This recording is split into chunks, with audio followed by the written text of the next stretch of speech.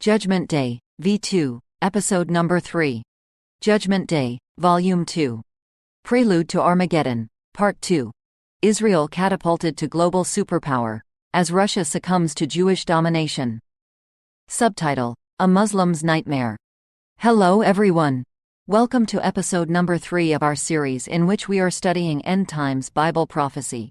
Based upon the series we have titled the Bible Prophecy Masterclass.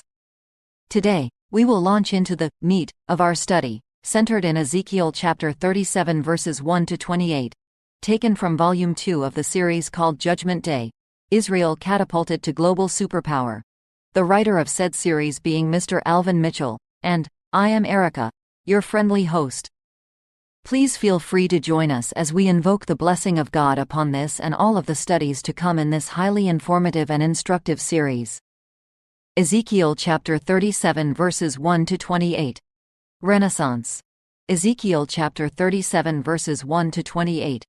Isaiah chapter 43 verses 5, 6, 49, 18 to 22, 60 to 4, 5, 8, 9. The Valley of Dry Bones. Before there could be any fulfillment of Ezekiel chapter 38 and 39, there had first to be a nation of Israel. That such a nation would ever arise again was unlikely, even in the eyes of a Jew. That this nation would ever rise to the level of global hegemony must be something of a nightmare to those of the world of Islam and other Jew haters. Nonetheless, God says it is to be. At the time of Ezekiel's writing, the nation was largely kaput, that is, as the nation it was supposed to be, it did not exist. Israel, the northern kingdom, had been destroyed and carried off by the Assyrians, centuries earlier. Judah was in captivity, in Babylon. At the time of Ezekiel's writing. The stage upon which the Christ would be born had yet to be set. Thus, the nation had to revive and die a second time, before Ezekiel's confrontation could materialize. Dead though it was in Ezekiel's day, die it would again, as we shall see. Yahweh's hand being upon me, carrying me in the spirit of Yahweh, sat me down in the middle of a valley filled with bones. He asked of me, Son of man, can these bones live? And he said to me, Prophesy. So I did as I was told. Whereupon there was a noise, and a shaking, as all the dry bones rejoined themselves to their respective dry bones. And as I looked on, lifeless corpses took shape as the dry bones were covered in flesh and skin, together with all the connective tissue. And he said to me, Speak to the wind. I did, and their breath returned into the corpses, so that they all lived, standing upon their feet, representing an extremely large army. And he told me that these bones represent the whole house of the nation of Israel, who, though being dead as such in their captivity, their plight apparently hopeless, would ultimately be brought back from among the Gentile nations where they were being held, to live again as a nation. Do not be afraid. I am with you. I will bring your descendants from the east, and you will be gathered from the west, even as I speak to the north and south, saying, Give them up, do not hold them back. Let my sons and daughters be brought from the ends of the earth. This is what Yahweh Elohim says, Lo, I will raise my hand to the Gentiles, and they will bring my sons and daughters, in their arms and upon their shoulders. And they will not be ashamed who wait for me. Your sons will come from afar, and your daughters will be nursed at your side. And the abundance of the sea will be converted to you. Who are these who fly as a cloud, and as the doves to their windows? Most assuredly the isles will do my bidding, to bring your sons from afar. All the prophecies regarding the end times are highly significant, worthy to be studied and mused upon by the child of God and student of Scripture.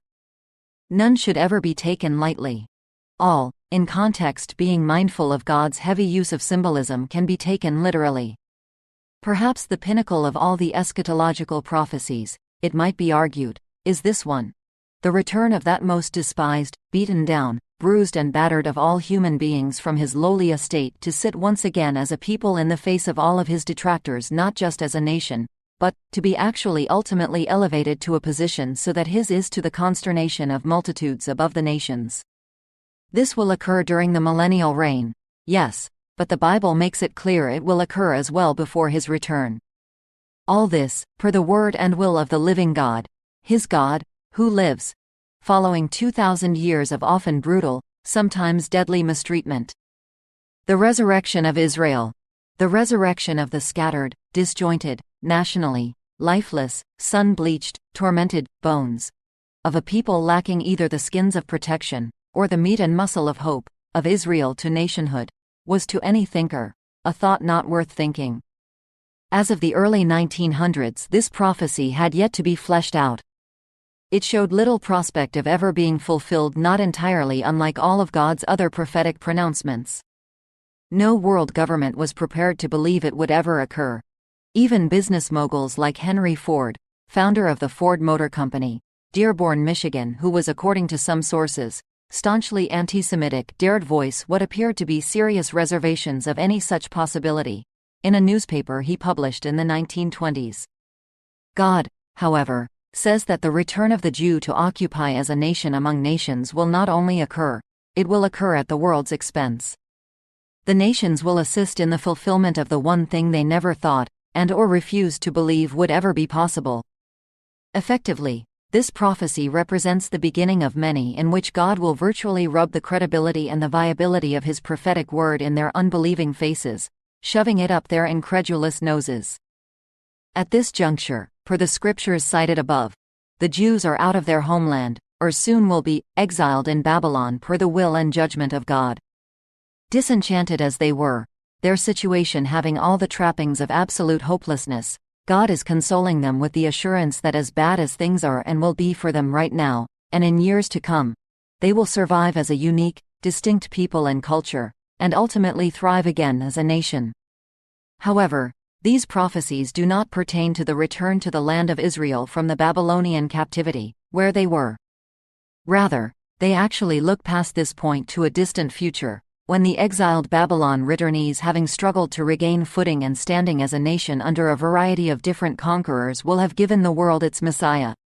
Following the death and resurrection of that Christ, the nation will have once again been sacked and ramshackled, this time by the Romans under General Titus, in 70 AD. Beyond Titus and the final straw which saw the Romans totally dissolve the nation in around 130 AD, the Jews were again forced to vacate the land of their fathers, dispersed and scattered to the four winds as the land was renamed Palestine, by the disgruntled Romans. Once more, after roughly 2,000 years in exile, they currently, in fulfillment of those promises and prophecies, find themselves back home, struggling to survive in the land of promise, against formidable odds. The pressure is as persistent as it is perpetually hostile. This latest and most recent, diasporatic, return was well underway when the Ashkenazi, Khazar Jews, see sections on Khazars, Ashkenazi, and Zionists, in a hostile takeover of sorts, circumnavigated the Palestinian Jews and Arabs, and the UK with its white paper resolutions, rose up and declared themselves a nation in 1948, having snatched control of Palestine from the British, who had ousted the Ottoman Empire, controlled by the Turks, after World War I. After 67 years, plus, of existence, again, struggling to survive, there is cause, if not considerable reason for question as to whether this is the ultimate, final solution in terms of God's plan for the renaissance of his people. Obviously, there is more to the story than meets the eye. Who are these people who control the show? See the sections titled, The Khazars, The Ashkenazi Factor, and Zionism, for fuller discussions. Their homecoming, rebirth, and place upon the global stage was cemented in 1967 by a failed, concerted Islamic Arab push intended, yet again, to literally drive them out of the land, this time into the sea. Strangely, perhaps, even as they seek and shuffle amid the rubble of a never-ending past to sift enjoyment, comfort, liberty, and a safe haven out of a climate rife with daily danger, there is still more of the same to come, capped with yet another diaspora, limited though it may well be, during and toward the end of the apocalypse itself. Revelation chapter 12 verses 13 to 17. And, to make matters interesting, if not worse, that dispersion will be preceded by yet another brush with near total annihilation. See Ezekiel chapter 39 and 38, only to find itself intertwined with a final murderous push during the Battle of Armageddon, as outlined in Joel chapter 3, Zechariah chapter 14 and Revelation chapter 16. Sidebar. All this suffering, This trouble and these hard times, it should be noted, is per the word and will of God as much as are the good times. In retribution for their persistent disobedience, God had promised them as early as the end of the book of Leviticus chapter 26, that this would be their lot. They would be downtrodden by other nations, hated by virtually everyone, constantly fearful, even when there was no cause for fear.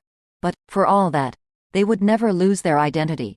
Unlike the 10 tribes deported by the Assyrians, and the hundreds of thousands, maybe even a few million, who chose not to leave Babylon, the Jews have never been able to assimilate completely into any other culture of which they have been a part.